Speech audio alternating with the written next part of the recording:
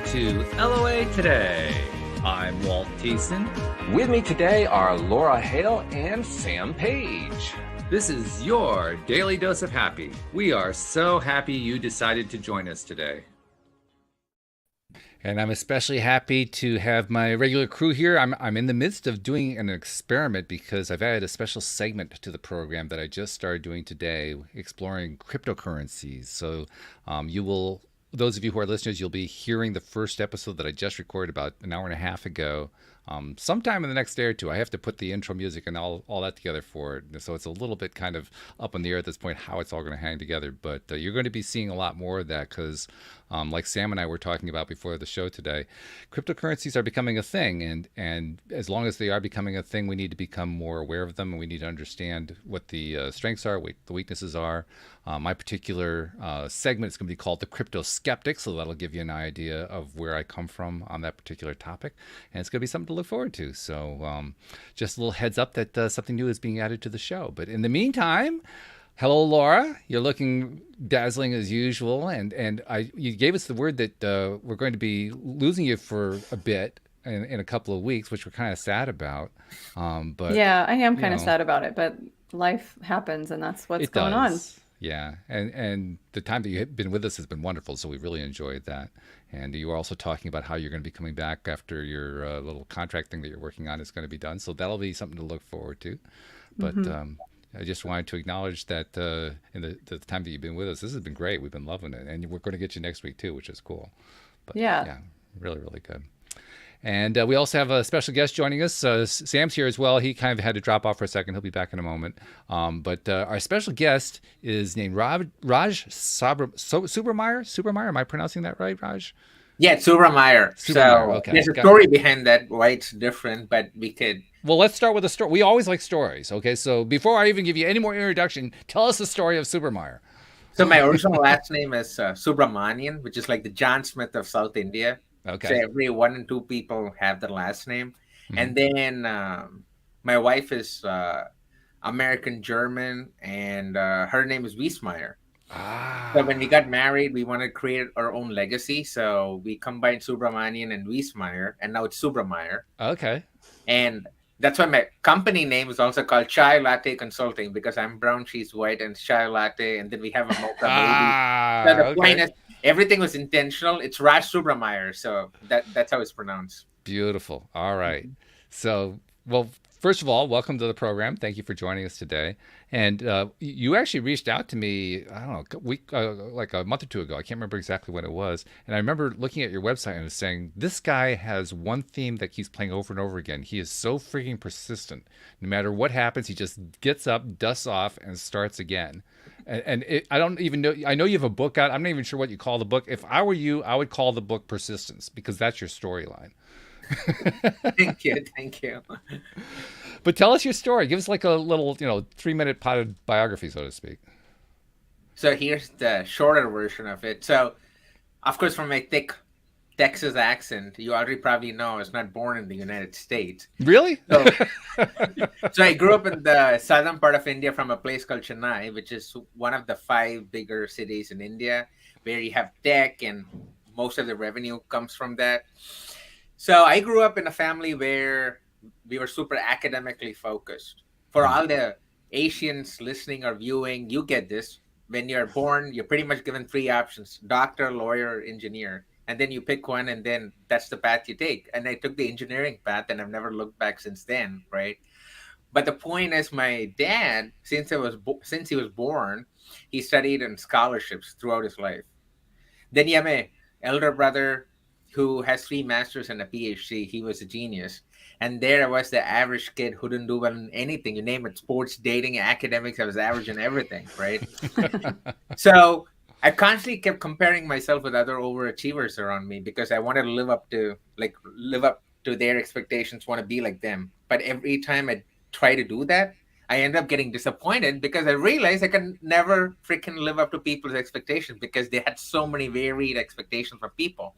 Anyways, this constant struggle of trying to make a name for myself, make people recognize me, made me feel like an outcast. I became a shy, introverted kid. I had fear of being judged, and I had anxiety, depression, stress really at a young age. And this kind of continued throughout my childhood until I had a trigger event. And this happened at the age of 19. I still remember the moment vividly where I was in my study room and my chest started hurting.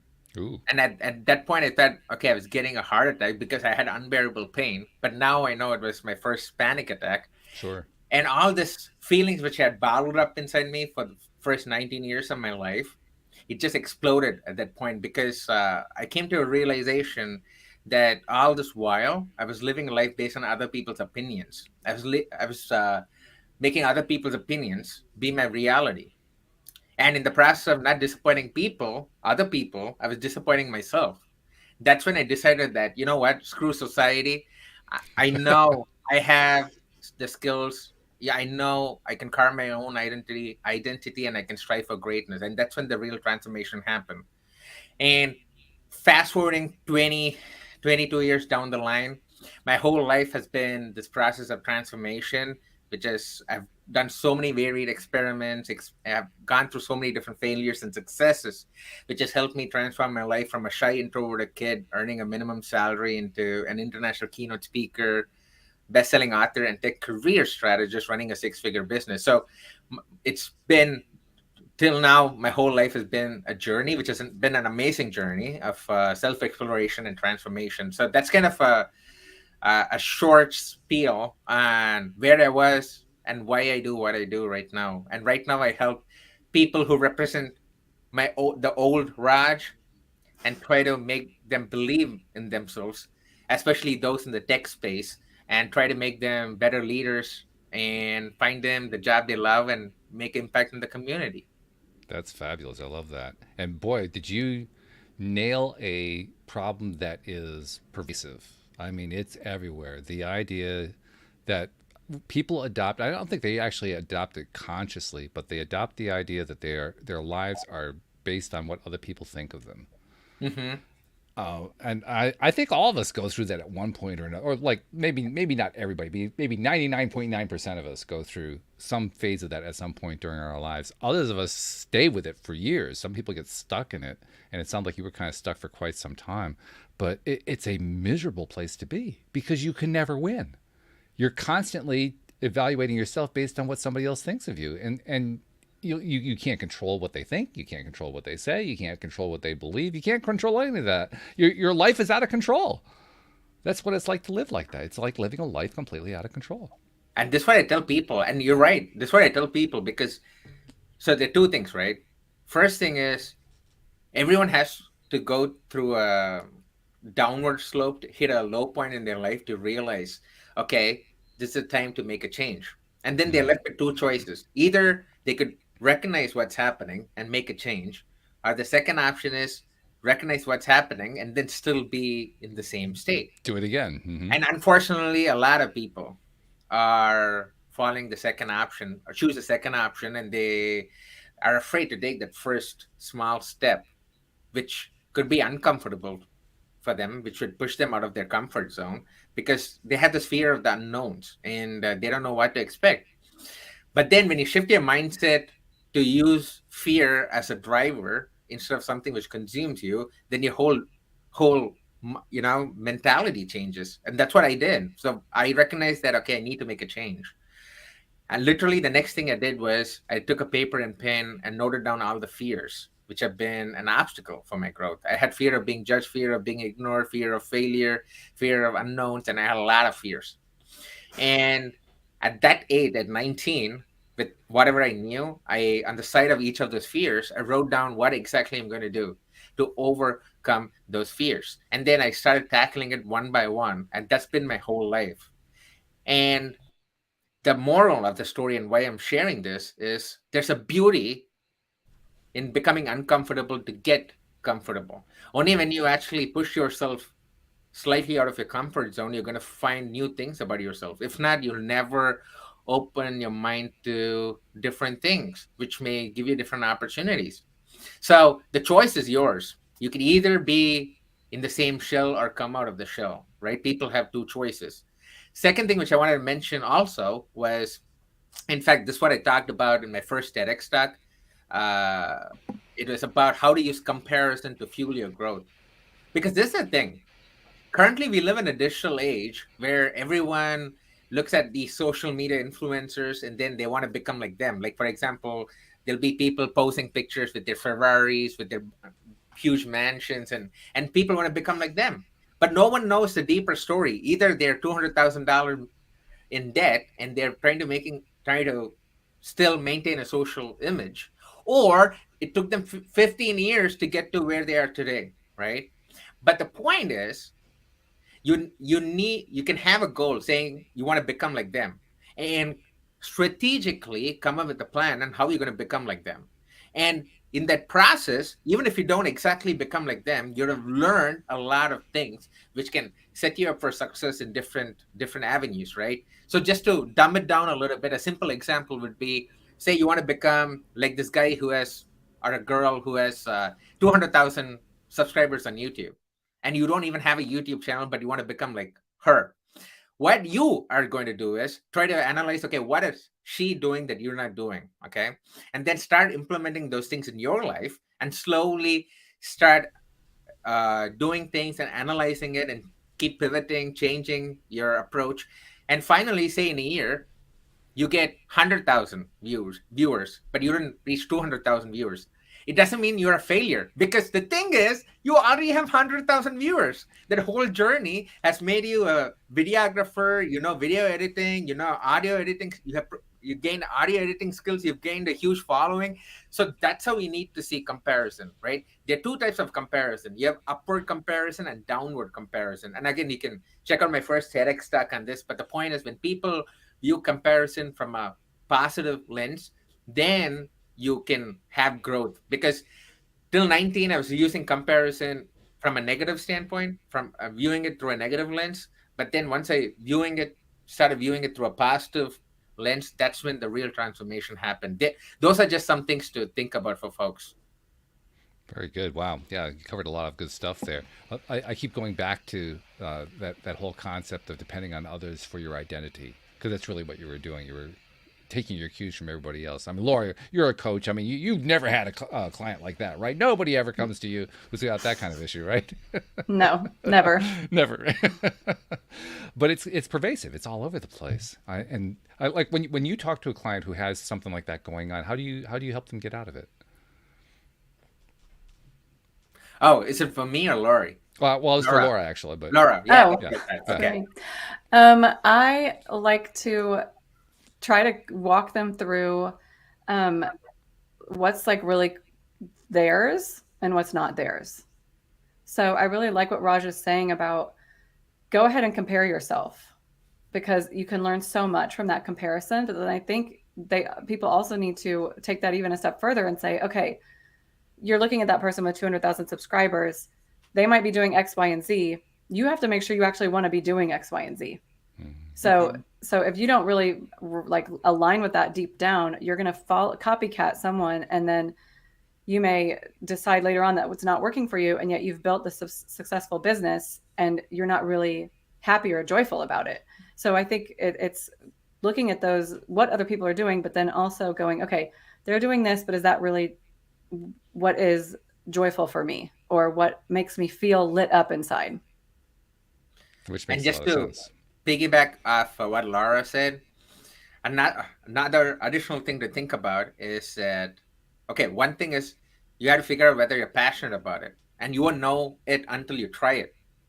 And once you try it, if you don't feel like it's giving you the impact or joy, then you can always pivot. You can go from point A to point B. If point B doesn't work out, then come back to point A, then go to point C. And that's how life is, right? But another thing which I tell my clients who I coach is you really need to have a strategy. The problem with people is they want to become like different people, which is fine. But what is your strategy? What have you thought about in terms of implementation plan? What's your action plan to actually achieve that goal? So that's why I keep stressing on having a strategy, having a plan, because a goal without a plan is just a wish, and we all know that. So you really need to have a strategy, number one. Number two is you have to do the freaking work, because the point is we live in this world of delayed gratification, where, I mean, no one believes in the power of delayed gratification because people want immediate results. You go to the gym, you want a six pack abs like within 2 weeks, or you want to become a YouTube influencer and you want to have 500,000 subscribers in 1 week.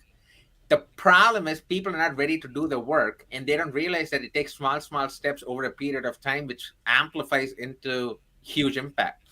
That's what it's all about. So I ask people to be patient, do the work consistently over a period of time, and the journey is going to teach you a lot of things. And then finally you'll achieve the result, right? And even if the result is not the exact result, that whole journey would have taught you a lot about yourself and things you could do, and you could latch on to those one or two things which you have learned, and then continue with that. So have a strategy, do the work, and be consistent, especially when you feel like not doing the work. That's the time you have to show up and do the work, because that's what separates people who make it and people who don't. So those are some things I just wanted to add to what Laura was saying as well. Yeah, that's good. In fact, when you mentioned the whole idea of strategy and planning, it also cued something in my mind, and I'm going to be curious to see what your response is on this, because this is something that was an issue for me. And it took me a while to overcome this issue, partly by doing a podcast and talking to experts who could help me get past it. But it's the overthinking issue. It's, paralysis of analysis, that kind of thing. And it's easy to fall into. I mean, you can just fall into the planning trap and just never climb out of it. So how do you address that with your clients? So this is the first thing I asked them to do, because this is the thing, folks. Everything you want to do in life, it's already in your mind. You just have to unravel it one by one and make it visual. We are visual beings, okay? We like to see things, feel things. We are that type of animals, right? So this is what I tell people: do what is called the mind dump exercise, and it's a really simple exercise. And even those of you watching or listening, you could do this, after the podcast as well. So what you're gonna do is take a paper and pen, okay? Through the middle of the paper, put a vertical line, okay? So that you have two columns. On the left column, write down all the things you love to do, you would like to do, and you want to do, okay? On the right column, write down all the things you hate to do and you don't want to do anymore. And do this for an hour in an uninterrupted manner. No Facebook messaging, no text messaging, just let your mind flow. Because just by doing that exercise, you're going to visually see what your strengths are, and you can find a lot of patterns. So let's just take a random example, right? So say, for example, you're identified, you're a good listener. You can communicate really well. You can convince people. Then maybe getting into sales or marketing could be a really good avenue for you, right? This is just a very random example, but similarly, you can find a lot of patterns in terms of where you want to go and what you want to do. Once you figure that out, then come up with an action plan. Okay, I want to become, say, for example, I want to become a speaker. Okay, what are the different things you need to do to become a speaker? Then start writing them down. Literally write them down on your notepad. It could be like 200 things or 10 things. And then prioritize that. Put a number between 1 to 10, and then prioritize that, saying, okay, this is what I'm going to start with first. And then start attacking the problem one by one. And this is how you avoid the analysis paralysis stage, because we don't visualize things. We have this huge portion of stuff which we are looking at, and it's overwhelming. But if you chunk it down into small steps, that's when, okay, you get some clarity on, okay, what's your next step?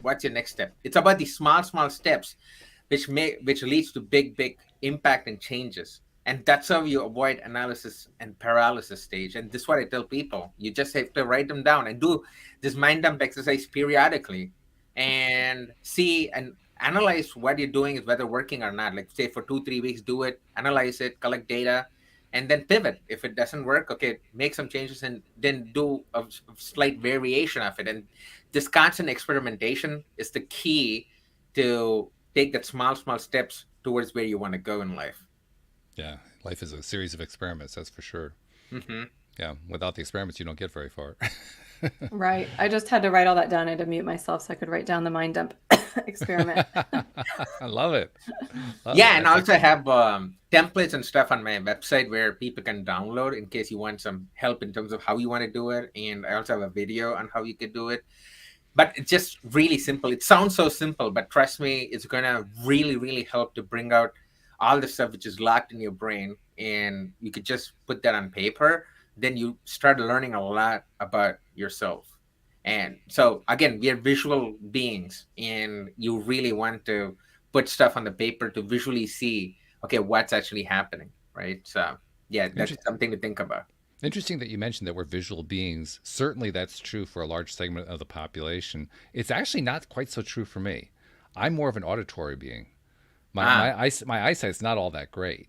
I'm literally blind in one eye. The second eye is it's kind of there. I can see, I can drive, I can read and so forth. But it's not my strong suit. But my hearing is perfecto.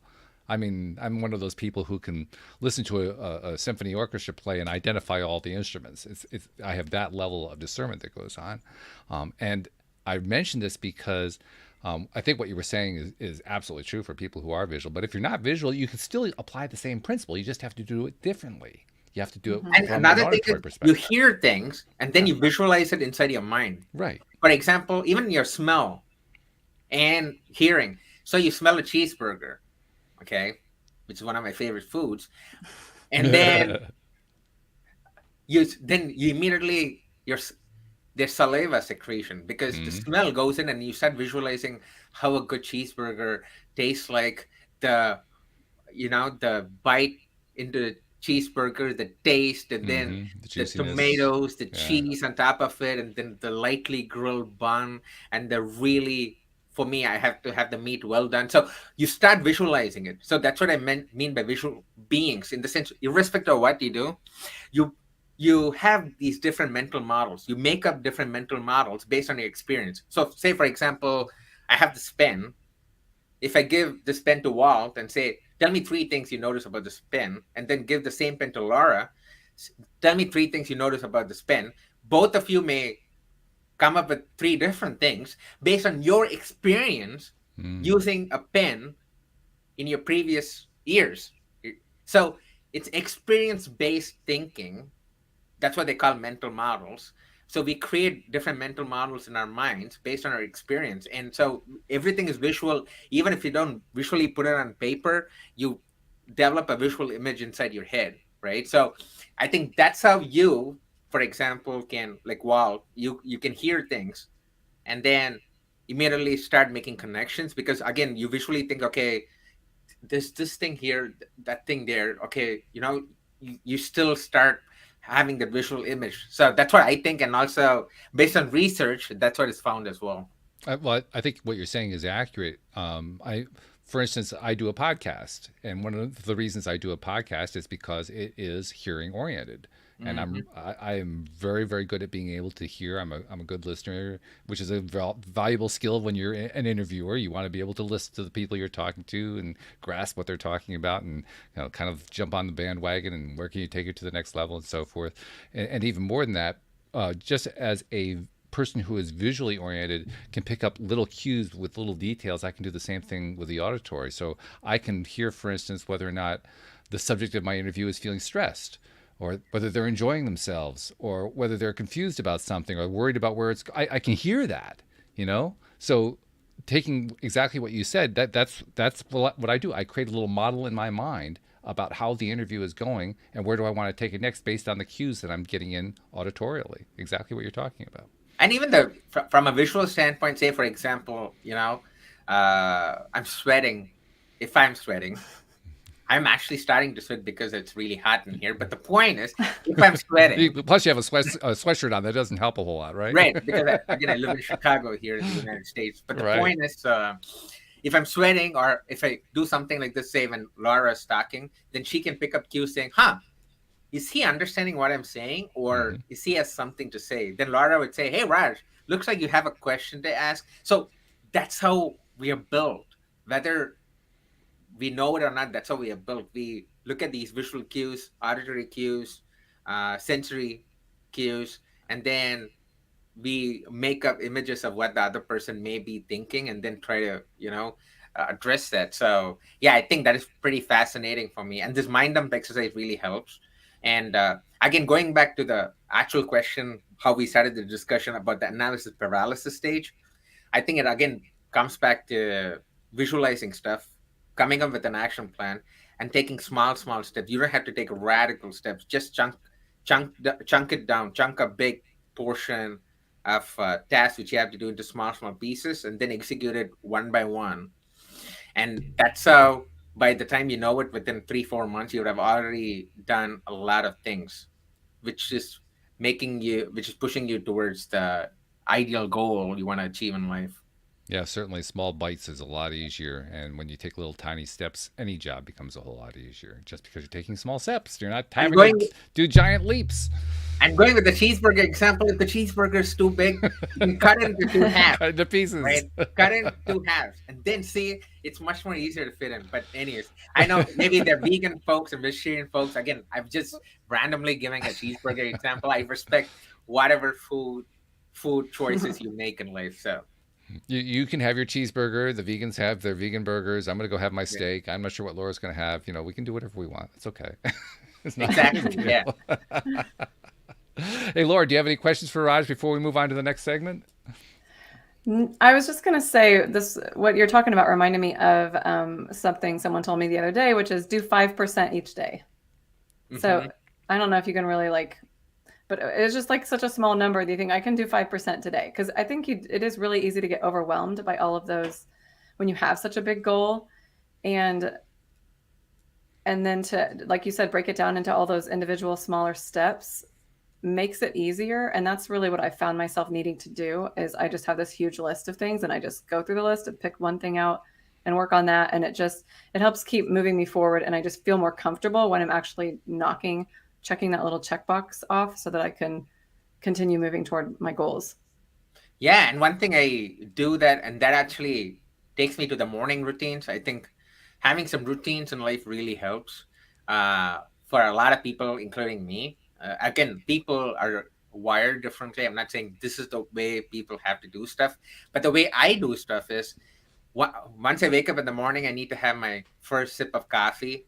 And then I do 10 minutes of meditation. And then the next thing I do is I literally write down in a notepad all the things in my mind in terms of tasks, in terms of feelings, in terms of whatever is happening in my mind.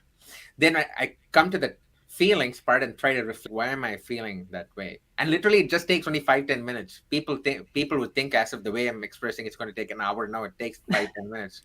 And in terms of tasks, I put a number between 1 to 10 and prioritize it. And my whole motto in life is to finish the top 3 things every single day. That's the amount of capacity you have. That's the amount of mind power you have. And then I block time during the day where I do nothing else except for that one particular task which I planned. It it's called deep work. And again, there's a great book by Cal Newport on the same topic about focusing on one thing, cognitively demanding tasks, and avoiding interruptions. And then in the evening, I try to see whether I finished those 3 tasks. And say, like today, when I had to take my kid to the doctor because he had a sudden rash, my whole schedule went out of whack. During those times in the evening, you're going to retrospect and see, okay, how many tasks have I done out of these 3 tasks? Okay, I haven't completed a third task. Okay, it gets carried over to the next day. Then the next day, I repeat the same thing. Write down all the things, including the previous carried over task, and then put a number between 1 to 10. Again, my whole motto is to finish the top 3. Again, block the calendar for those 3 tasks. I put 1 hour blocks for those 3 tasks.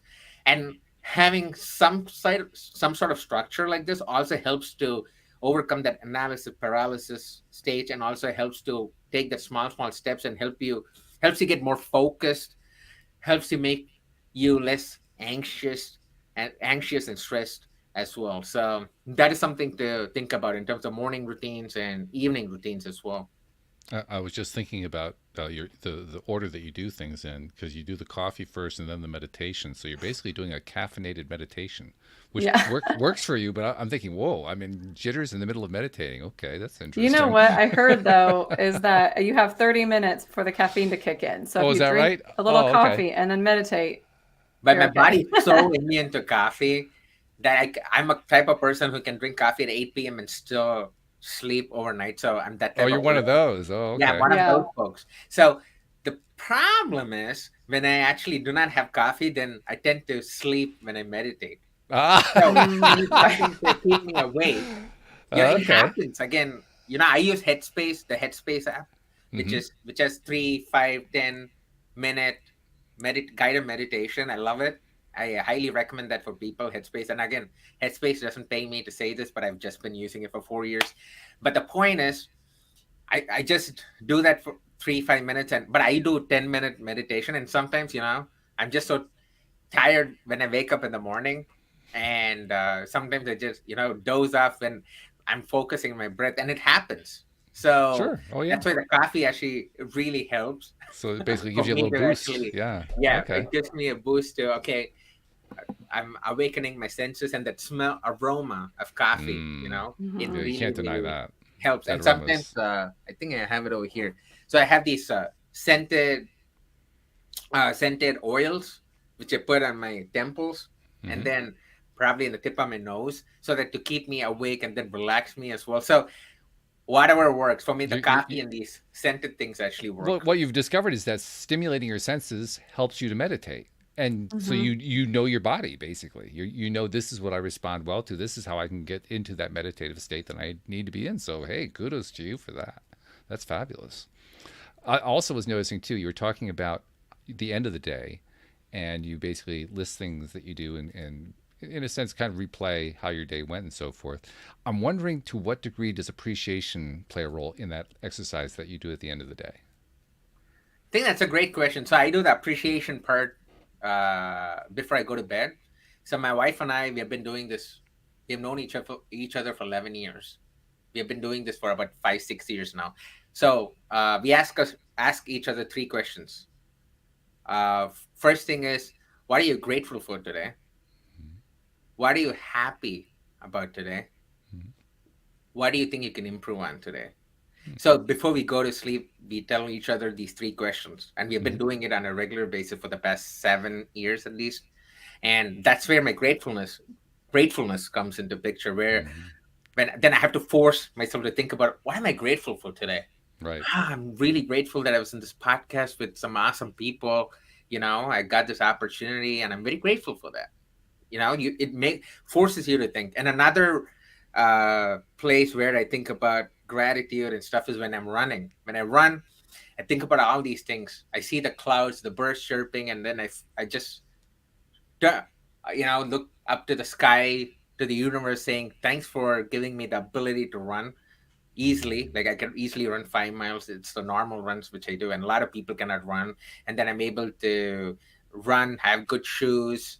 Mm-hmm. So it makes me really grateful for that as well. So running, and then my nighttime routine, which now we talked about it while I was explaining. That's my nighttime routine before I go to bed. I think those things help me be grounded and then appreciate what I have. And I also have other ways of trying to celebrate success and then be grateful for what I have. So, for example, on my side over here, I have a whiteboard, and I write down all my wins for the year, because Wow. there are going to be times when you feel like shit, like you don't feel like doing anything, and you feel Hmm. you're a failure because you're human, and sometimes you get into those moods. That's when you just turn here and see what you've already accomplished, and then it forces you to think about what you've already achieved. And so that's another way I help to remind myself of gratefulness, gratitude, and celebrate wins and successes. So these are some strategies which I follow, and of course, people viewing or listening can try these things and see which one applies to your context as well. Oh, really good stuff. I like that. So, unless you have something else, Laura, I want to move on to the next segment here. This is something that we used to do a lot. We're starting to bring it back now. We're getting some good response on it. what we often did in the past, we would get emails from listeners and asking us, here's a situation going on in my life. Can you give me advice, or can you just address this topic because I think it's an interesting topic? Or sometimes we would just go onto social media because there's all kinds of stuff posted out there, and we would pretend that that person came to us with this particular question. How would we answer it? Right. So this is our Q&A section. So if you're willing, Raj, we'd like to include you in doing a little Q&A today. Does that sound good to you? Oh yeah, I would love to do that. Now, some of this is going to touch on your area of expertise because you help people basically build up their financial situation, go into business, all that kind of thing. But some of them are going to be on different topics as well. So we're going to give you a chance to stretch a little bit too. Sure. And I can't tell you in advance what they're going to be. I just collect them and then I go through them. So that makes it more exciting. It does. Yeah, it really does. Because a good thing is over the past 22 years, I learned to not care about society in terms of what they think. So I have no feelings. So even if I'm making a fool of myself in this podcast, I do not care. But I'm going to try my best to give my knowledge on the topic as much as possible. If not, I'll just make up stuff. I'm kidding. I love it. That's great. All right. So these come from a variety of Facebook groups, and a lot of them are very general topic stuff. So you never really know what's going to come up. But I'm just going to grab the first one here. This is somebody who is in college or in university, and they've got a dilemma that they're trying to resolve. And here's what they have to say. They say, I'm signing up for a new term as a music education major. I'm currently signed up for 7 classes, one of which is just a monthly convocation. One of my general education course requirements is math, parentheses, I hate math, little angry face there. Mm-hmm. I once got an 8% on a math test. I can either sign up for an 8 o'clock to 8:50 a.m. math class, or I can sign up for an online class, but I have no idea what the meeting time would be on that class, or if there would actually be a set meeting time at all. And my course schedule is kind of tight, 7 courses, kind of understandable. Yeah. And I'm concerned about having to drop math or rearrange my schedule in the future if the online meeting time falls during one of my classes. For a lot of music classes, there's only one option to choose from. So should I risk it and sign up for the online math option and hope it doesn't fall during another class time, or just swallow my pride and take an 8 a.m. math class 3 times a week? I think it's very contextual because there's a lot of factors here, right? So let's make some assumptions on this person. First, you both can chime in as well. Is that person a morning person? Number one. When are they most highly productive, right? So they need to figure that out. And then they're taking 7 courses. I'm assuming, I think it was a she, right? Anyways, that person knows when those 7 courses schedule is going to be. For me, if I was the person, I would do the morning one where I specifically know the time. And if there's any other classes which come after that, then you could try to figure out, okay, how do I, move this? Worst case which could happen is, okay, there's another class at 8 to 8:50 at the same time. In that case, you could talk to the professor and say, hey, could I move the math classes to an online course because I have a conflicting music class during that time. And so you want to start with something which you know, is that the math class is between 8 to 8:50. You start from there, and then based on how things come, you have options on whether you want to move from an in-person class, morning class, to an online class, or whatever programs you're taking, you want to make sure it doesn't coincide with the math class. So that's what I would do. In that case, at least you have some base to start with and then go from there. If you're hoping the online course class will be at some time which you like, and then you commit to other things and then find out the online class, conflicts with 2 to 3 other courses, then you're screwed. So I would at least start with what I know and then move from there. So that would be my strategy. Okay. And I don't know what you folks think about it. Well, that's part of the fun of this, is finding out what we think about it. So Laura, you want to take a swing? I mean, I think Raj touched on something. We need to know a few things. One, will this person skip the 8 a.m. classes? But 2, I am kind of sensing that this person needs the live in-person support that an in-person class might provide over an online class. And I also would probably tell this person they need to suck it up and get through their math their math Yeah. class. And since they have a guaranteed time slot that they can make work, they probably should just get it over with. Yeah, especially the person had only 8% in one of the math classes, and the person hates it. So I think having an in-person class will make the person more accountable than an Hmm. online class where you're in your house eating Cheetos and then attending the math class. That may not work properly for the person. So yeah, definitely I agree with what Laura was saying. I'm going to take a little bit of a different take on this one, because I understand the whole thing about hating math. Not because I actually was very, very good at math. I was one of those high achievers who scored, I won't even say what the number was, but it was a very high SAT score. And I understand also what it's like for the people who are not good at math. And I mean, my wife's one of those. She basically hates math. Anytime she has a math problem, she brings it to me. She doesn't. I mean, there's just such an anathema there. She just doesn't want to have to deal with it. And a large chunk of the population have that experience. And we could go into a whole conversation about why that happens. But the bottom line is, they basically got dragged into doing something they didn't want to do in the first place, and they became more and more hateful of it every step of the way. So the first thing that comes to my mind is, I wonder if there's a way we can help you enjoy math. Because if you felt better about math, you wouldn't even care it was an 8 o'clock course. You'd say, "Yeah, let's go do the math class. I'm so psyched." But Or just because, even more confident in it, even if it wasn't your favorite yeah, thing, at least yeah. feeling that confidence about it. But when you come into it with the idea, well, I only got 8% on a math test. Yeah, of course you don't want. It isn't even a question of when you're going to take the class. It's that you don't even want to have to take it at all. And I don't Yeah. care if you're taking it online or you're taking it in a classroom. If you don't want to take it at all, you're not going to like it no matter what. You're not going to like the result. You're not going to get anything out of it. You may not even pass the damn course. So maybe we need to look at what's it going to take for you to find a way to appreciate doing the math. And my recommendation is, I'm sure your college has a math department head. Why not go have a conversation with them? Say, Hmm. I just have always done badly at math. I got to take this course. I don't know what to do about it. I don't really want to wake up early to do a math class.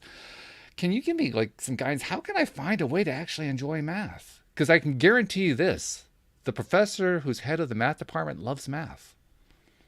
He wouldn't be a math professor if he didn't. And if he is any kind of a teacher at all, he can help you find where he finds the joy in math. And maybe there's Hmm. somewhere in there something that you can find. And in the process, this is the really big part. In the process, maybe you can also find ways to let go of the things that you hate about math. Maybe if you find a way to win, for instance, maybe if there's, this was a big thing for Louise. When she found out that in math, especially in the more advanced maths, there are little tricks that you learn, little tips, little rules of thumb that you follow in order to understand the math, that she was never given the rule book on it. And she actually was, when she found out that those existed, she was kind of resentful that her teachers never taught her that stuff. She said, "Why did they give me the code book? If they give me the code book, I could have done the math." And she's right. If you have the code book, you know how to do the math. Hmm. So get the code book. Feel better about it. Because we both, all three of us know, when you feel better about doing something, hey, nothing can hold you back at that point. The only thing that's holding you back is you don't like the math. You've convinced yourself you can't do the math because you don't like the math. So how about finding a way to change the mindset? That's Yeah, my I think take. that's a great point. Another angle would be that when you go to college, it's not that you're gonna have you like all the courses you take. So to Laura's point, suck it up and then finish the math course and then maybe pass with a B or something, or however the grading works, and then just because it usually math courses are prerequisite courses, irrespective of what you do. So I'm assuming that it's not negotiable for her not to take the course. So she could just figure out how to collaboratively learn with people and find a smarter math kid who could teach her some ways to do the assignments or do learn stuff, which goes to Wall's point. But on a really high level, just want if this person is watching, you don't have to be good in math to succeed in life. In fact, Isaac Newton, and you could go look it up, he was really bad in math. This So is true. when it came to math problems, he had another person do the math calculation so that he could just experiment with it. You can outsource stuff. You don't have to do the math. So the point is, success doesn't boils down to whether you know math properly or not. It's about how worldly wise you are and how you can use your experiences and add value. So if you think on a really bigger thing, the think about the bigger picture. Yes, I know it's a problem right now, but trust me, once you graduate from college, it's not that you'll be using calculus or integral calculus or those things at your work unless you're doing research or PhD in a math related stuff. Trust Mm. me, and this is just about how you show up, what value you bring to the table, how proactive you are. Those are the things which are going to help. So if that, hopefully that makes this person feel better, because I, just like all of you over here, yeah, I've been in the industry for a while right now. I'm in the tech space, and yeah, I've never used math from a standpoint of exponential, like, calculus and stuff like that. I still code and do stuff, right? So you don't have to be good at math to be a good coder. You don't have to be good at math to start a business. You don't have to be good at math to do experimentation. That's why I gave the Isaac Newton. If that guy can do what he did without being good at math, then any person in this world, should take that as an example and then use it as a learning experience. Just letting the person know. And this person's into music, but music is math. So Yes. maybe the music department people could also help them find that appreciation, that connection. Very true. Yeah. Yeah. Yeah. Especially when you look at how music is created. You got frequencies. Now you're talking about math like crazy. Yeah. It's just all math at that point. Absolutely true. Yeah. So good stuff. Okay, let's go on to another one. See what we can do with a slightly different topic. This is somebody who has a problem that well, we're going to be very familiar with here on this show. I've had a hard time being happy. I need advice or ideas on how to reset my brain to see life in a positive mindset. I wake up grumpy, always in a bad mood. It's not like I can't laugh or feel joy. It's just not often. And it's not like me always to be grumpy or unhappy. It's affecting my relationships. I try to say something positive, try to say positive things throughout the day, but it just doesn't do much. I've tried the mindfulness thing, but I always lose my train of thought and I end up somewhere else in my mind. Yoga, I used to do that, but I don't have that much time anymore to keep up with that. I need some advice. So, Raj, what would you say to this person who's just having a hard time finding that happy spot? I think there's so many things, right? And again, contextual. We don't know what personal problems the person is going through from a Mm. medical standpoint and stuff. So we're going to leave that aside, because those things need medical attention. Like, for example, I suffer through anxiety, depression, and those two things. So I do take medication apart from meditation, right? So let's leave that aside. But coming to from assuming that the person is just generally grumpy about life and not happy, maybe some of the things I would do is, again, going back to the basics, write down why are you feeling grumpy this morning, what's going on in your mind. I think this person needs to spend some time thinking inward, inside, like in terms of what's happening inside him or her, and write down, okay, I'm feeling sad. Okay, why am I feeling sad? Then write down the reasons. Another thing I'll go do is go an extra step, saying, can I control it? If you cannot control it, then there's no use being sad about it, because you don't have any control of it. But if you can control it, if you put yes, then think about, okay, how do I change this situation? So you really need this strategically, write down your emotions and figure out why you feel a certain way. Number one. Number two is changing your environment and atmosphere, probably. Maybe they're hanging out with really negative people. And when this person tries to do something like yoga, they'll make fun of him, saying, haha, you're trying yoga. Yoga is, it's not that useful. And then this person believes in that, okay, yoga is not that useful, and then does yoga for 2 3 days and then stops. Again, going back to doing the work and be consistent even when you don't want to do it. So you want to ignore other people's feedback who are giving this negative energy when you're trying new things, and then you try it on your own and you make the judgment whether it's something which you want to do. Even meditation, when you do meditation, 3/4 of the time you are going to drift away from your thoughts. But the thing is, you bring back your attention to the breath, and that's how it works. So if this person just tried meditation and then only for 3 4 days and then left it, that's not the true experience. He or she should try it for 2 3 weeks and then figure out, okay, what's happening, and then analyze it, right? And that's when you know whether it's working for them or not. I think based on research, it takes what, 32 days or 35 days to form a habit. So even whether you don't like something, try it at least for 2 3 weeks and see whether that's your cup of tea. If not, okay, then leave it and then go to the next one. So just to summarize what I just said, you need to write down your emotions and think about why you're feeling that way and whether you're in control, whether you can control it. Then surrounding yourself with positive people, changing your atmosphere, changing your environment.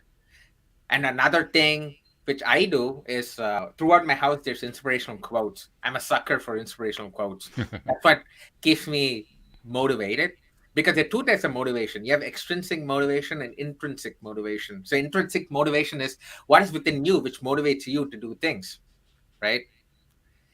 Extrinsic motivation is the external things which motivate you to do things. So for me, intrinsic motivation comes when I write down all these things and then it keeps me motivated and analyze data. So for example, I track my weight, okay, every day, and then I could see, okay, each day how I'm progressing. And for me, it makes me feel really good because I can see how much effort I'm putting, and internally it gets me going. But also, it's an external motivation for me, looking at things, data, and then looking at inspirational quotes. So maybe this person needs some motivation, an accountability partner to try. Say you're doing yoga, don't do it alone. You can do it with someone else. Say you're doing meditation, do it with your significant other. I think mentioned wife, maybe I didn't, maybe I missed it, but the point is you can do it with your partner or significant other. So those are some ways I would say to shift that focus, and always ask yourself, why are you doing what you're doing? And that also really helps to let you know whether you're doing meaningful work. And if you feel like you're doing meaningful work, then you're going to be much more happy, right? So these are some of the things I can think of, but I can keep going on and on because there's so many strategies you can do. But I'm going to give you two some chance to chime in and then share your thoughts as well. Okay. Laura, you wanted to go at it? Yeah, the first thing I noticed about the way he was describing his issue was it seems like he's trying to take care of it all on his own. So when Raj touched on the accountability partner and the idea that maybe there's, a deeper medical issue going on, that's where I would suggest he starts, is getting some professional help if he can afford it. And because you do want to check to make sure there isn't, actually, you're not actually depressed or you're not actually dealing with anxiety, so that you can at least rule that out. So it's that looking to other people to help you and pulling in professionals to help you with this. And then the other piece that I was kind of thinking about while Raj was talking and while we were reading that question is there's like a level of acceptance sometimes. So sometimes you can just be like, oh, I'm in a bad mood, and just accept being in a bad mood. And because what we learned when we were kids, or if you watch little toddlers, they'll have their emotional reaction and then they'll just kind of let it go and move on. But what we do as adults, we stop the emotions. So what I've learned from doing different shamanic work, energy healing, is to actually go all the way into the emotion and let yourself feel it. But sometimes if you're not, if you're worried about your mental health, you would want to do that in a safe container so that there's someone there with you. If like I've gotten used to doing that, so now I just do it on my own. I just let myself get angry. I let myself get upset. I let myself say, I'm really melancholic today. I'm just going to accept it and see what happens tomorrow. Or I might go take a walk to see if that can shift it, and do the things that Raj was talking about, to help to see if you can shift it. But there's also kind of an ease and just saying, sometimes you're not in a good mood, and it's okay. And to say it's okay, and to lay on the couch all day and watch TV if you want to. Now, if that happens for 6 weeks, you might have an issue. That's an issue you need to work on. But it's sort of allowing yourself to be more in the flow of our emotional ups and downs that we do have. And but I think, again, the primary thing I would tell this person is to look at getting professional help. Okay. And to make sure that you don't have that as the underlying issue. I love what you guys are saying. I think you're doing really, really good. I actually keyed on the comment where he said something like, it's not like I can't laugh or feel joy. It's just not very often. I thought to myself, okay, well, that kind of suggests to me that he's not he or she is not dealing with a chronic thing that's just constantly going on. They have little lights of joy that peep through, so they're capable. It's not like that's not part of their experience. And when I thought of that, I thought of the Abraham Hicks approach, which is, what are you focusing your attention on? So I think that'd be my advice: is look at what you're focusing your attention on throughout the day. I mean, are you waking up in the morning and looking at the news and, oh God, the war is going on in Ukraine, and there's all these riots going on, and there's the wildfires, and there's going through all And I hate my all the things job that that are I have to wrong. go to. Yeah. Yeah. Oh, and I can't believe my boss is treating me the way I can't even talk to the boss today. What am I going to do when I get into work? And you're just looking at all these things and all the ways that life is going wrong. Yeah, you're going to be depressed. You're going to be grumpy. You're going to be in a bad mood. I mean, just by focusing on all that stuff that's going on that you don't like. So what's going right? I mean, Raj was talking earlier about how he has these morning and evening routines that basically revisit his day and look at what went right in the day and what he learned from it and what he got done and so forth. Well, that's focusing on the stuff that you like, the stuff that was important, the stuff that felt good, the stuff that made your day successful. So how are you spending your day? How are you giving your attention throughout the day? And to me, the best thing anybody can do is just to be mindful of their entire day as they're going through it. Kind of I call it taking my mental temperature. What's my mental temperature right now? How am I feeling right now? I've been doing stuff for the last 25 minutes, 30 minutes. How am I feeling after that 25, 30 minutes? Is there something I can do to adjust, feel a little bit better? And if you do that throughout your day, well, I don't know about you guys. I don't feel grumpy very often. It's pretty rare just because I'm constantly taking my mental temperature. So that's my And take on another it. thing to think about is, for this person, you have to understand that your thoughts are neutral. You label them as positive or negative. Right. Your thoughts are always neutral. You label them as positive or negative. So when people around you are going to put different labels on you, saying you're not good enough, you don't matter, or this is bad, or this is worse, or this cannot happen, if you associate with that label, then you're going to feel miserable, and then you're going to be living in another person's reality. But if you associate yourself with labels such as, I'm good enough, oh, this makes me happy, oh, this is going to be interesting, this is going to be good for me, then your entire mood changes. So remember that you are in control of what labels you associate yourself with. You can either choose to go with positive labels or negative labels, but in the end, it's up to you. No one is forcing you at, I don't mean to be violent here. I'm trying to use a different analogy. But what I was going to say was, no one is forcing you at gunpoint saying, okay, this is what you need to do. Unfortunately, if you are in that situation, I'm very sorry. But the point is, I'm just giving a really random example. I couldn't think of anything else.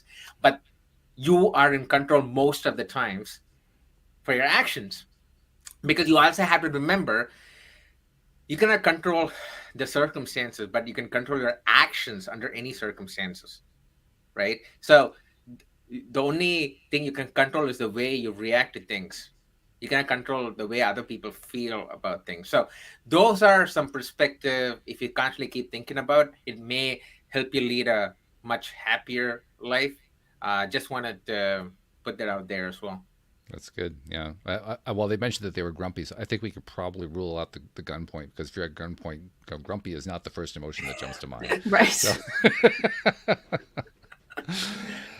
but no, this is why we like doing Q&A. It's a lot of fun to kind of explore how would we answer that if we had this person talking to us. This is really cool. We are unfortunately running out of time, but before we finish up for the day, Raj, we got to get some information from you about how do people find you? How do they find your program? How do they find your book? You have a book that's out. We didn't even talk about the book. You got to mention that. Tell people how to find who you are and where you are. Yeah, so the 3 ways to connect with me and know what I'm working on currently. First thing is, if you go to my personal website, which is rajsubra.com, which is rajsubra.com. You'll find all my life's work there, how I help people, all my publications, my videos. You'll find everything over there. Currently, I'm enrolling people for my one-on-one coaching program as well. So yeah, if you're struggling in the tech space to find your dream job, you feel stuck in your career, you want leadership coaching, definitely hit me up. Second way is, if you go to skyrocketyourcareerbook.com, skyrocketyourcareerbook.com, that's my book website. I released a book called Skyrocket Your Career, and the subtitle is The No Bullshit Approach to Find Your Dream Job, Be Successful in It, and Transform into a Rock Star. So it's a 99-page book. It won the award, Silver Medal Award, for best nonfiction book in 2021. Wow. It hit number 5 on the Amazon bestseller list, and so it's really providing value. But again, I'm giving everyone an opportunity to download the first chapter for free from the website, and they could make the judgment whether it's going to be useful or not. But it's going to cover the entire job life cycle, from finding out what your ideal career is going to be to how to set yourself miles apart from the competition when you eventually get a job. So you're going to learn all those things. And also, through the online shop, you can through the online website, you can contact me. And I also have an online shop where people can buy merchandise like this, which I designed, me and my wife designed, and 100% of the profits go to charity. So none of the money comes to me. So that is another way to support me. And finally, I live on LinkedIn, literally live on LinkedIn. So if anyone wants to connect with me, make sure you follow me and then just DM me, and you will probably immediately get a reply from me. So those are the 3 ways to contact me, support me, and to know about me. And I was just talking to Walt, but I have a career design workshop, a 2-day workshop I'm doing in Chicago. So if you are in Chicago, or if you want to visit Chicago in the summer when it's super pretty, it's happening the second week of June, and hope to see you there. All right. Very good. A lot of good ways to reach out. That's a good thing. So thank you, Raj, very much for joining us on the show. Thank you for sharing your perspectives, and thank you for doing the work that you're doing to help people in the tech sector to realign their lives and get into that passionate space that everybody really wants to be in, even if they don't know that they want to be in it. I mean, everybody wants to. I don't care if you're a tech worker or not. You still want to, right? Yeah. Thanks for having me. I really appreciate you giving me an opportunity, both of you giving me an opportunity to share my story. And hopefully, if there are 1 or 2 things which I mentioned which impacted at least 1 or 2 people, then I think I've done my job. So I would say you have, definitely. And Laura, once again, as usual, you were a brilliant star on the horizon of the show, doing your wonderful thing. And we really appreciate that. We're going to miss you when you're gone, but we get 1 more week of you. So thank you for the 1 more week. We appreciate that too. Thank you. This is a great episode. It was really a lot of fun. And of course, thank you to the podcast listeners, because you guys, you're the ones that make it a podcast, and you make it so worthwhile for me as you have for so many years now. So thank you very much for tuning in. We'll see you all next time here on LOA Today. Goodbye, everybody.